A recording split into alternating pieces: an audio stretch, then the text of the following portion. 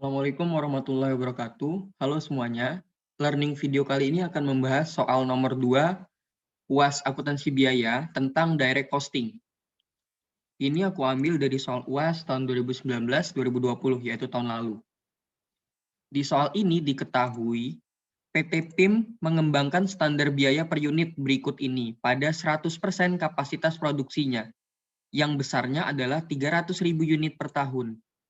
Berarti, kita bisa tulis bahwa kapasitas produksi normal ataupun quantity budgeted-nya adalah 300.000 unit.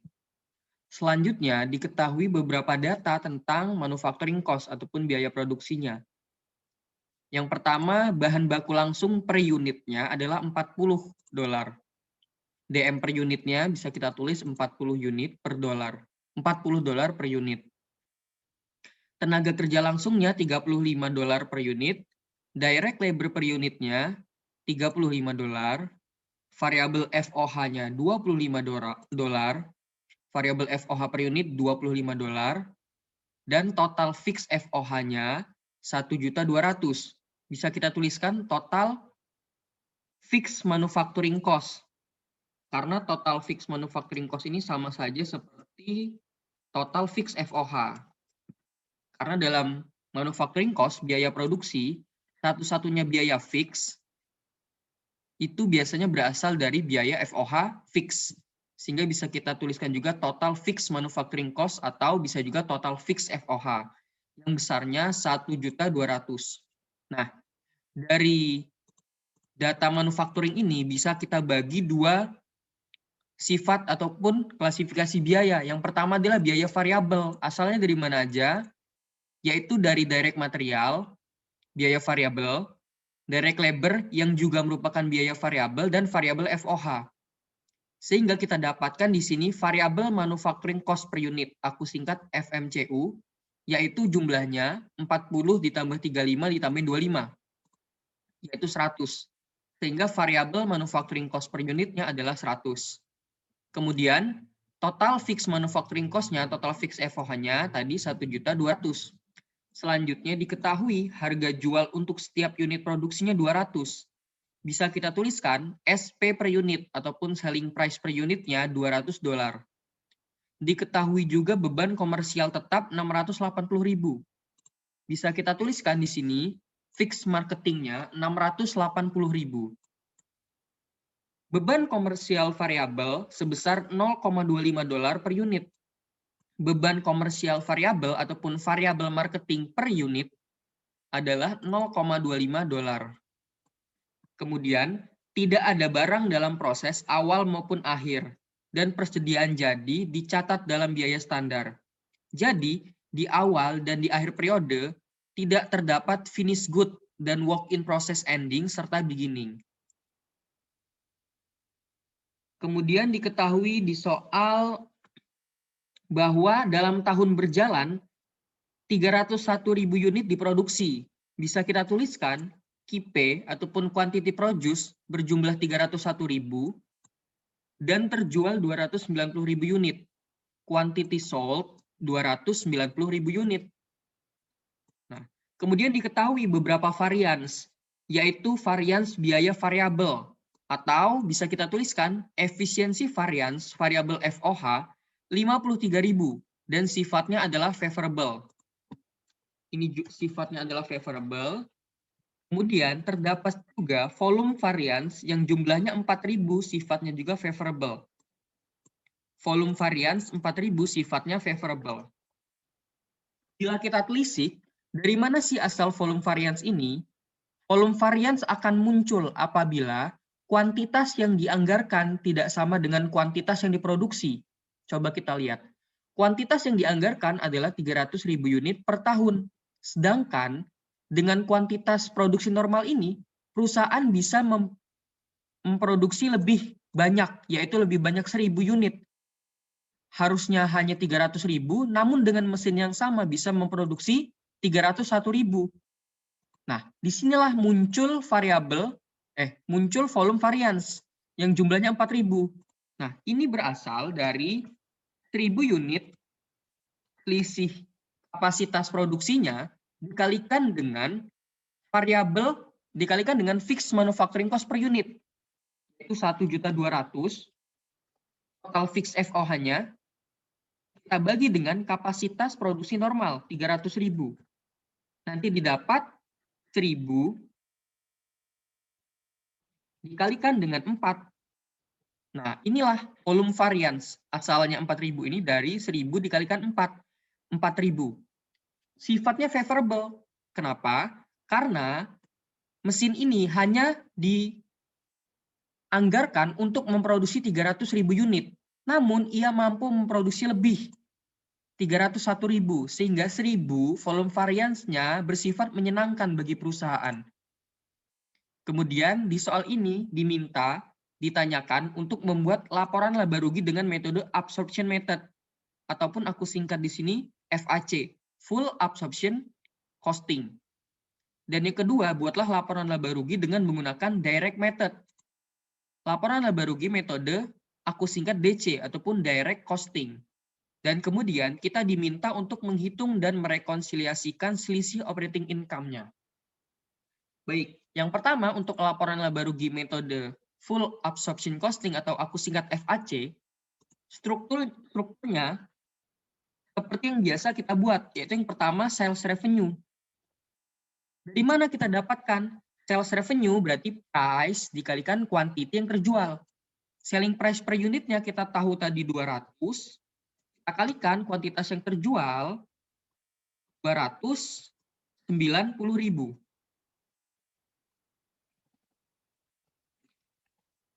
Kita kalikan 200 dikalikan 290.000. Ataupun gini, 200 selling price per unit dikalikan kuantitas yang terjual. Dapatkan 58 juta. Kemudian, sales revenue ini akan kita kurangi dengan COGS. Nah, apa aja yang menjadi komponen COGS? Yang menjadi komponen COGS adalah biaya produksi. Karena nama lain dari COGS adalah manufacturing cost ataupun inventoriable cost. Maka komponen yang pertama yang harus kita masukkan adalah variabel manufacturing cost dulu. Terdiri dari apa? DM per unit, DL per unit, dan VFOH per unit. Ataupun kalau mau kita tingkat langsung adalah variabel manufacturing cost. Berapa jumlahnya? Tadi kita dapatkan variabel manufacturing cost per unit adalah 100. Berasal dari DM ditambah DL ditambah VFOH per unit. Berarti variabel manufacturing cost-nya yang berdiri COGS adalah VMCU-nya 100 kita kalikan dengan kuantitas yang terjual 290.000. 100 kita kalikan 290.000. Selanjutnya, COGS ini berasal dari biaya fix FOH ataupun fixed manufacturing cost. Fixed FOH. Berapa jumlahnya? Tentu bukan 1.200.000. Melainkan kuantitas yang terjual 290.000 kita kalikan dengan fixed FOH per unitnya. Asalnya dari mana? Tadi 1.200.000 total fixed FOH-nya kita bagi dengan kuantitas yang dianggarkan.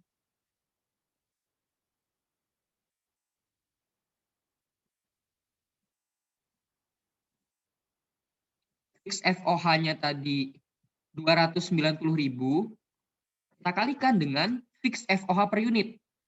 Totalnya kita bagi dengan kuantitas yang dianggarkan 300.000. Nah, kemudian di COGS apabila kita kurangkan sales dengan COGS akan ditemukan gross profit. Namun, kita harus ingat bahwa di soal disebutkan seluruh varians biaya standar akan dibebankan ke harga pokok penjualan ataupun ke COGS.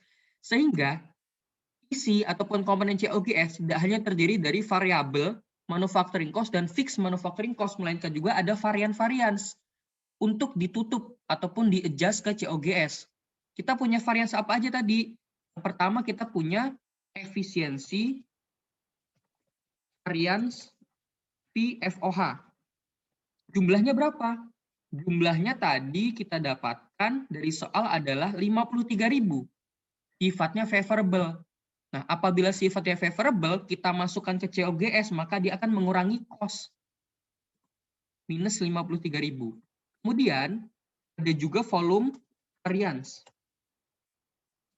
Jumlahnya 4.000 favorable. Karena sifatnya favorable, dan kita adjust ke COGS, maka dia akan mengurangi, yaitu minus 4.000. Sehingga, di sini barulah kita dapatkan COGS-nya. Sales dikurangi dengan COGS akan didapatkan gross profit. Jumlahnya, sales 58 juta dikurangin COGS. 30 juta 103.000. Oke. Selanjutnya, sales dikurangi COGS akan menjadi gross profit. Komponen selanjutnya yang perlu kita tahu adalah adanya operating expense. Asalnya dari mana aja? Yang pertama adalah dari variabel marketing, apabila ada. Di soal disebutkan variabel marketing per unitnya adalah 0,25. Kita kalikan dengan unit yang terjual, yaitu 290.000. Sehingga jumlahnya adalah 0,25 dikalikan 290.000, yaitu 72.500. Yang kedua adalah fixed marketing. Yang jumlahnya di soal sudah diketahui 680.000. Sehingga kita total 752.500 untuk operating expense-nya. Nah, operating expense ini akan kita kurangkan dari gross profit. Gross profit dikurangin operating expense akan menghasilkan operating income.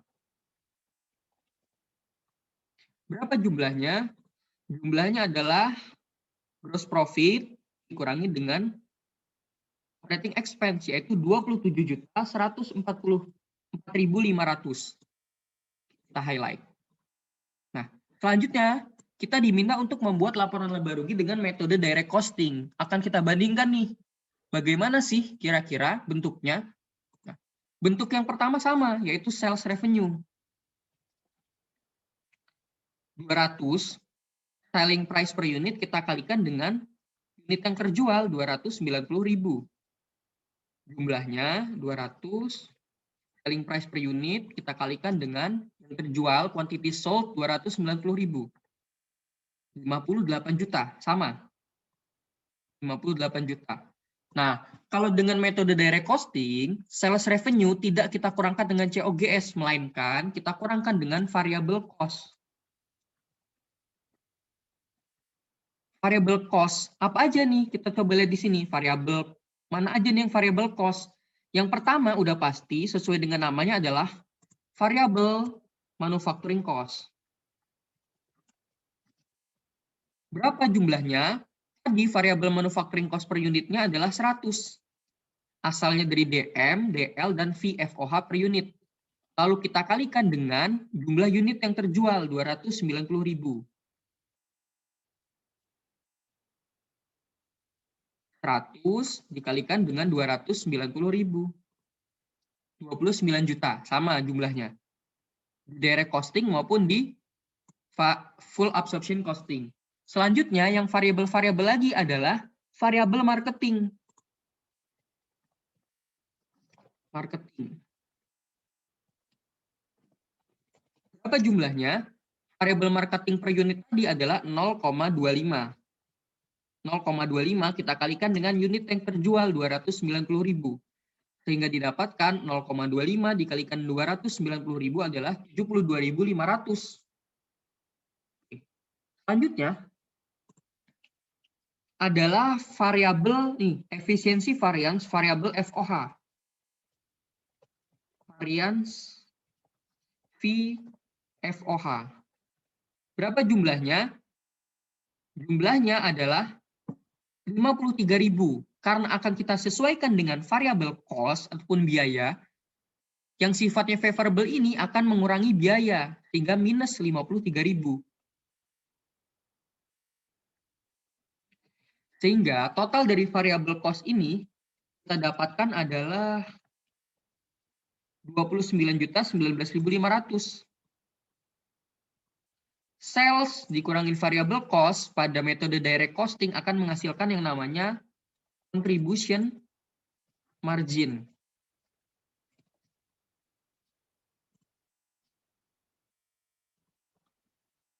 Selanjutnya, fixed cost. Contribution margin akan kita kurangkan dengan fixed cost. Apa aja nih fixed cost-nya? Yang pertama udah pasti fixed FOH. Kita masukin berapa? Apakah 1.200.000 atau 1.160.000? Dalam direct costing, ingat bahwa fixed FOH akan dibebankan seluruhnya. Sehingga yang akan kita bebankan adalah total dari fixed manufacturing cost ini ataupun total fixed FOH yaitu 1.200.000. Seluruhnya akan kita anggap sebagai period cost ataupun expense. Sehingga 1.200.000 ini akan kita bebankan seluruhnya. Yang kedua berasal dari fixed marketing. Jumlahnya adalah di soal tadi fixed marketing 680.000. Sehingga total dari fixed cost adalah 1.200.000 tambah 680.000. Contribution margin dikurangi dengan fixed cost akan menghasilkan operating income. Berapa jumlahnya? Jumlahnya adalah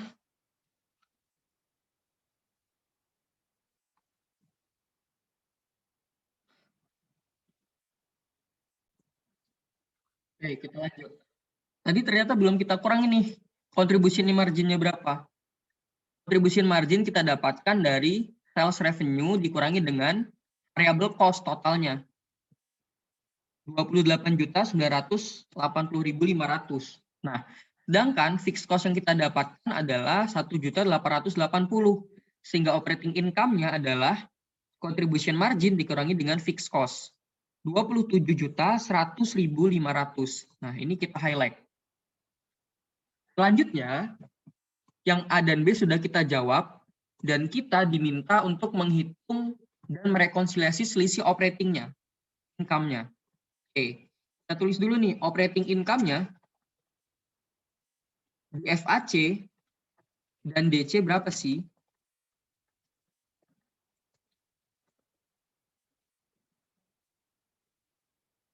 Operating income di bawah metode FAC ataupun absorption costing adalah 27.144.500.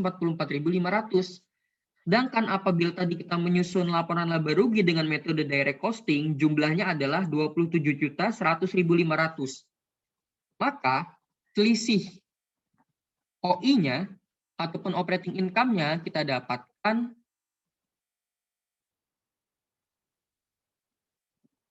44.000. Nah, 44.000 inilah yang akan kita telisik. Dari mana sih penyebabnya? Rumus charter menyatakan bahwa selisih ini bisa berasal ataupun dapat dicari dengan dua formula.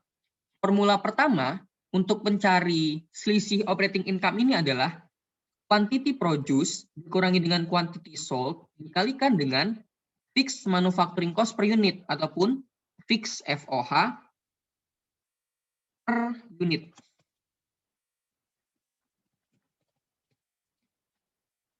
Selanjutnya, selisih ini bisa kita cari dengan menggunakan rumus quantity ending dikurangi quantity beginning dikalikan dengan fixed manufacturing cost per unit tadi ataupun fixed FOH per unit.